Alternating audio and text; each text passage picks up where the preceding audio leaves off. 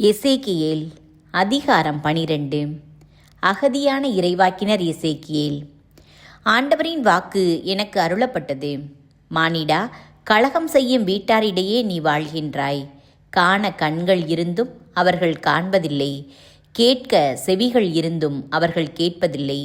ஏனெனில் அவர்கள் கலகம் செய்யும் வீட்டார். மானிடா, நீயோ நாடு கடத்தப்படும் ஒருவர் போல் பொருள்களை தயார் செய்து கொண்டு அவர்கள் கண்ணெதிரே பகல் நேரத்தில் புறப்படு. உன் உறைவிடத்திலிருந்து வேறொரு இடத்திற்கு அவர்கள் கண்ணெதிரே நாடு கடத்தப்படுவர் போல் வெளியேறு. கலகம் செய்யும் வீட்டாராக இருப்பினும் ஒருவேளை அவர்கள் அதை கண்டுணரலாம். நாடு கடத்தப்படும் ஒருவர் போல் அவர்கள் கண்ணெதிரே பகல் நேரத்தில் உன் பொருள்களை எடுத்து வை. மாலை வேளையில் அவர்கள் கண்ணெதிரே நாடு கடத்தப்படுபவர் போல் புறப்படு. அவர்கள் கண்முன்னே சுவரில் துளையிட்டு அதன் வழியாய் அவற்றை வெளிக்கொணர்வாய். அவர்கள் கண்முன்னே அவற்றை தோள்மேல் வைத்து இருள் சூழ்ந்ததும் வெளியே தூக்கி செல். நிலத்தை பார்க்காதபடி உன் முகத்தை மூடிக்கொள். ஏனெனில் இஸ்ரேல் வீட்டாருக்கு உன்னை ஓர் அடையாளமாக வைத்திருக்கிறேன். எனக்கு கட்டளையிட்டபடியே நான் செய்தேன். நாடு கடத்தப்படுகையில் கொண்டு போவது போல என் பொருள்களை பகல் வேளையில் வெளிக்கொணர்ந்தேன்.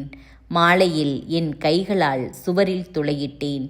இருள் சூழ்ந்ததும் அவற்றை தோளில் தூக்கி கொண்டு அவர்கள் கண்முன்னே வெளியேறினேன்.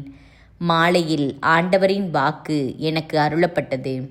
மானிடா, கலகம் செய்யும் வீடாகிய இஸ்ரேல் வீட்டார் உன்னிடம் நீ செய்கிறது என்ன என்று கேட்கவில்லையா? நீ அவர்களுக்கு சொல், எருசலேமில் இருக்கும் மக்கள் தலைவனையும் அவனுடன் இருக்கும் இஸ்ரேல் வீட்டார் அனைவரையும் குறித்து தலைவராகிய ஆண்டவர் இவ்வாறு கூறுகிறார். நீ சொல், உங்களுக்கு நான் ஓர் அடையாளமாய் இருக்கிறேன். நான் செய்தது போல் அவர்களுக்கும் செய்யட்டும். அவர்கள் நாடு கடத்தப்பட்டோராயும் சிறைப்பட்டோராயும் செல்வர். அவர்களின் தலைவன் இருளில் தோளில் சுமையுடன் மதிலினூடே வெளியேறுவான். அவனை வெளிக்கொணர்வதற்காக மதிலை குடைவார்கள். கண்களால் நாட்டை பார்க்காதபடி அவன் தன் முகத்தை மூடிக்கொள்வான். நான் அவன் மீது என் வலையை வீசுவேன், அவனும் என் கண்ணில் சிக்கிக் கொள்வான்.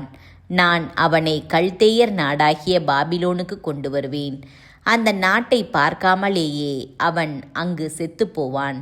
அவனுக்கு உதவியாக அவனை சுற்றிலும் இருக்கும் அனைவரையும் அவனுடைய படைகள் அனைத்தையும் நான் எப்பக்கமும் சிதறடித்து அவர்களை உருவிய வாளோடு பின்தொடர்வேன். நான் அவர்களை வேற்றினத்தாரிடையே ஓட செய்து நாடுகளிடையே சிதறடிப்பேன். அப்போது நானே ஆண்டவர் என்பதை அவர்கள் அறிந்து கொள்வர். ஆயினும் அவர்களுள் சிலரை வாளுக்கும் பஞ்சத்துக்கும் கொள்ளை நோய்க்கும் இரையாக்காமல் விட்டு வைப்பேன். அவர்கள் தாங்கள் போய் சேரும் வேற்றினத்தாரிடையே தங்கள் அருவருப்புகள் எல்லாவற்றையும் பற்றி எடுத்து கூறுவர். அப்போது அவர்கள் நானே ஆண்டவர் என்பதை அறிந்து கொள்வர். நடுநடுங்கும் இறைவாக்கினரின் அடையாளம். ஆண்டவரின் வாக்கு எனக்கு அருளப்பட்டது. மானிடா, நடுக்கத்தோடு உன் அப்பத்தை உண்டு அதிர்ச்சியோடும் அச்சத்தோடும் நீரை பருகு. பின்னர் நாட்டின் மக்களை நோக்கி கூறு, இஸ்ரேல் நாட்டிலுள்ள எருசலேமில் வாழ்வோரை பற்றி தலைவராகிய ஆண்டவர் இவ்வாறு கூறுகிறார். அச்சத்தோடு தங்கள் அப்பத்தை உண்டு திகைப்போடு நீரை பருகுவர். ஏனெனில் அங்கு வாழ்வோரின் வன் செயல்களை முன்னிட்டு அவர்களது நாட்டில் உள்ள அனைத்தும் பறிக்கப்படும். மக்கள் வாழும் நகர்கள் பாலை நிலமாகும், நாடு பாழாய்ப்போகும். அப்போது நானே ஆண்டவர் என்பதை நீங்கள் அறிந்து கொள்வீர்கள்.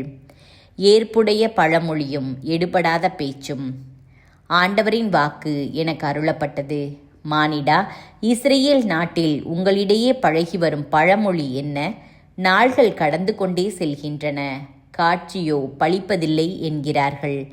ஆகையால் அவர்களுக்கு சொல், தலைவராகிய ஆண்டவர் கூறுவது இதுவே. அந்த பழமொழிக்கு நான் ஒரு முடிவு கட்டுவேன். இனி அதை இஸ்ரேலில் வழங்க மாட்டார்கள். ஏனெனில் அவர்களுக்கு சொல், நாள்கள் நெருங்கிவிட்டன, முன்னறிவிப்பு காட்சிகள் யாவும் நிறைவேறும். இஸ்ரேல் வீட்டினுள் இனி பொய்யான காட்சியும் குறி சொல்லும் இல்லாமற் போகும். ஏனெனில் நானே ஆண்டவர், நானே உரைத்திடுவேன். நான் உரைக்கும் வாக்கு நிறைவேறியே தீரும். இனிமேல் காலம் தாழ்த்தாது.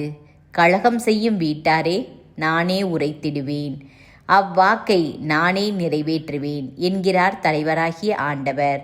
ஆண்டவரின் வாக்கு எனக்கு அருளப்பட்டது. மானிடா, இவன் காணும் காட்சிகள் நெடுநாள்களுக்கு அப்பால் உள்ளவை. இவன் உரைக்கும் இறைவாக்கும் தொலையில் இருக்கும் காலங்களை பற்றியது என இஸ்ரேல் வீட்டார் சொல்லிக் கொள்கின்றனர். எனவே அவர்களுக்கு சொல், தலைவராகிய ஆண்டவர் கூறுவது இதுவே, என் வார்த்தைகளுள் எதுவும் இனி காலம் தாழ்த்தாது. நான் உரைக்கும் வாக்கு நிறைவேறியே தீரும் என்கிறார் தலைவராகிய ஆண்டவர்.